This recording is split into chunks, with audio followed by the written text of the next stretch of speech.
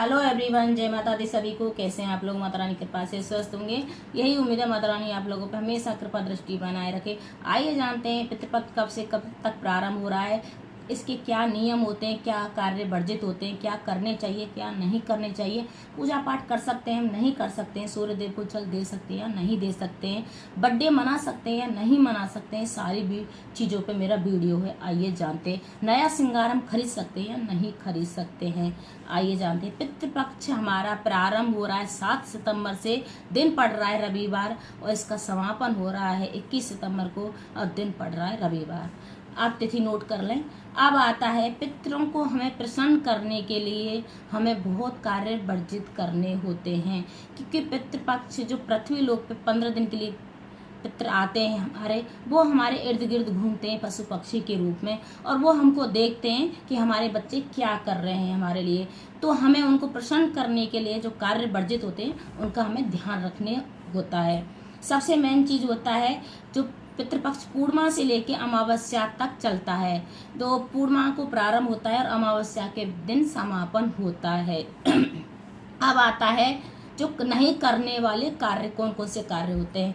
पितृपक्ष में पूजा कर सकते हैं, अपने घर के मंदिर में पूजा कर सकते हैं, ऐसी कोई बात नहीं, पर अपनी सासू माँ को जरूर पूछ लें कि उनकी क्या रिवाज है। वो बहुत लोग घर के मंदिर में पूजा नहीं करते, बहुत लोग पट लगाते हैं, पर ऐसा कहीं भी नहीं लिखा है भाई। अपने घर के मंदिर में आराम से हम पूजा कर सकते हैं।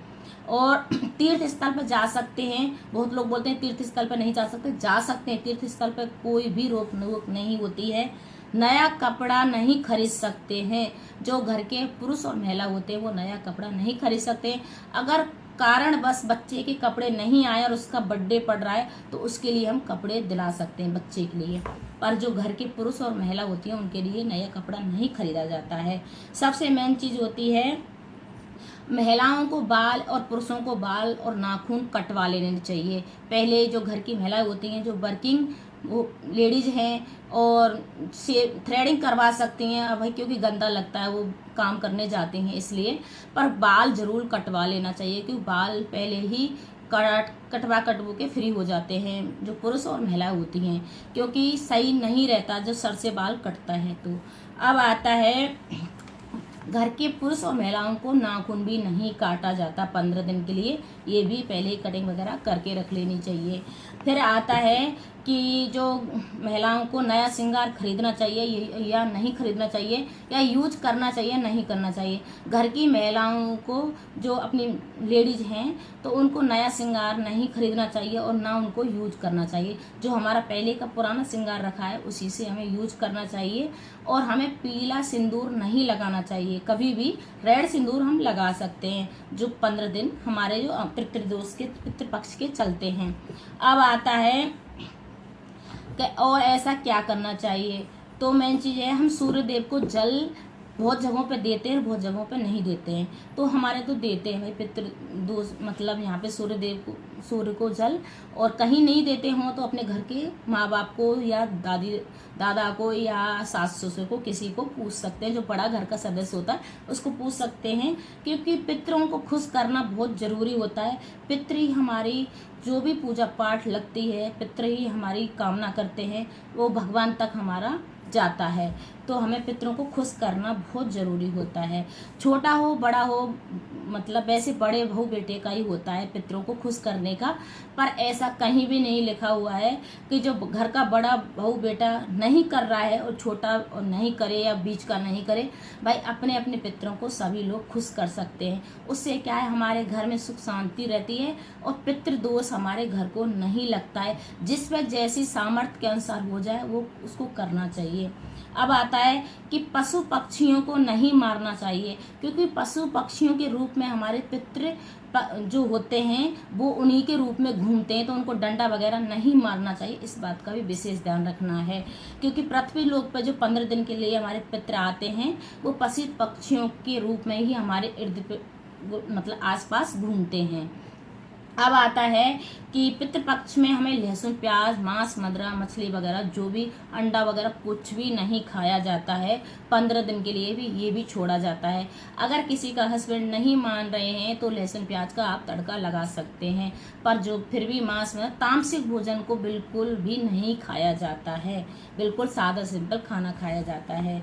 और फिर आता है पितृपक्ष में हमें पीला सिंदूर नहीं लगाना चाहिए, रेड वाला सिंदूर लगाना चाहिए। अब आता है कौन से कार्य हम करने योग्य होते हैं, कौन कौन से कार्यों को हमें करना होता है। पहले हमें, जैसे हम जो पहला भोजन निकालते हैं, जो हम घर का भोजन बनाते हैं, तो हमें पहले पितरों को भोजन डेली निकाल देना चाहिए। और उनको, जैसे गाय को चंगिया देते हैं, गाय को गुड़ में एक रोटी और गुड़ देते हैं, तो वो भी बहुत अच्छा होता है। पितृ बहुत खुश होते हैं अगर हम गाय को एक रोटी और गुड़ का भोग लगाते हैं। गाय को दे देना चाहिए, पितरों को भोग निकाल देना चाहिए। पहली रोटी गाय के लिए ही निकालनी चाहिए और पितरों को निकालनी चाहिए। और जैसे रसोई घर को कभी भी उपवास नहीं रखना चाहिए, जैसे उनको भी भोग लगाया जाता है। तो जैसे आप जो घर की जो रसोई होती है उसके बाहर में 1 गिलास जल और थोड़ा खाना निकाल के उसको ढक के रख देना चाहिए, या मेन गेट पे ढक के रख देना चाहिए, क्योंकि पितर आते हैं अपना खाते पीते हैं, जो भी है हमने उनके नाम से निकालना होता है। फिर उस भोजन का हमें क्या करना चाहिए, उस भोजन को हमें पक्षियों को डाल देना चाहिए। वो मतलब खाते हैं, कुछ भी करें, पर हमें पक्षियों को डाल देना चाहिए। अब आता है कि और हमें क्या करना चाहिए।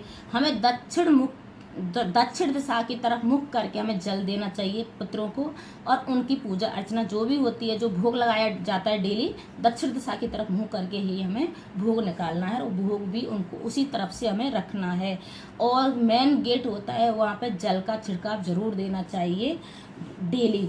जो 15-16 दिन होते हैं हमारे पितरों के, उस दिन हमें डेली देना चाहिए।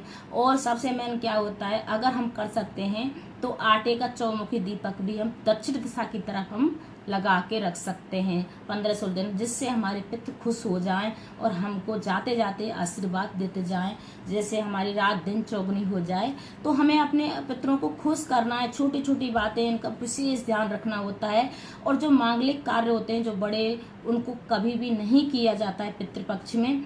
और हमें दान किस चीज़ का करना होता है पितृपक्ष में, हमें दान थोड़ा सा कर देना चाहिए। भोजन का दान कर सकते हैं और मिठाई का दान किया जाता है, पर ये नहीं है भंडारा वगैरह नहीं लगाया जाता है, इस बात का विशेष ध्यान रखना है। और जैसे पक्षियों को दाना वगैरह खिला सकते हैं, छोटे छोटे जो उपाय हैं उनको आप कर सकते हैं। गऊ को रोटी खिला सकते हैं, ऐसी चीज़ों को आप कर सकते हैं पितरों को खुश करने के लिए। पर अपने घर के जो बड़े मेन सदस्य होते हैं उनको जरूर पूछ लेना चाहिए कि हमें अपने घर की पूजा पाठ करनी है नहीं करनी है, या हमें सूर्यदेव को जल देना है या नहीं देना है।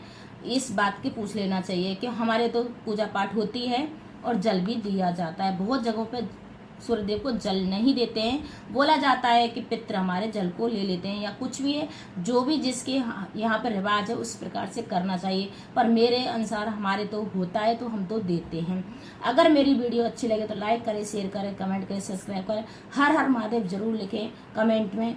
और क्योंकि पितृपक्ष आ रहा है तो नियमों को जरूर फॉलो करें, और मेरी वीडियो को ज़्यादा से ज़्यादा शेयर करें, कि बहुत लोग बहनें नहीं जानती हैं क्या गलती कर रही हैं क्या नहीं, जिससे पितृदोष उनको लग जाता है। जय हर हर महादेव सभी को।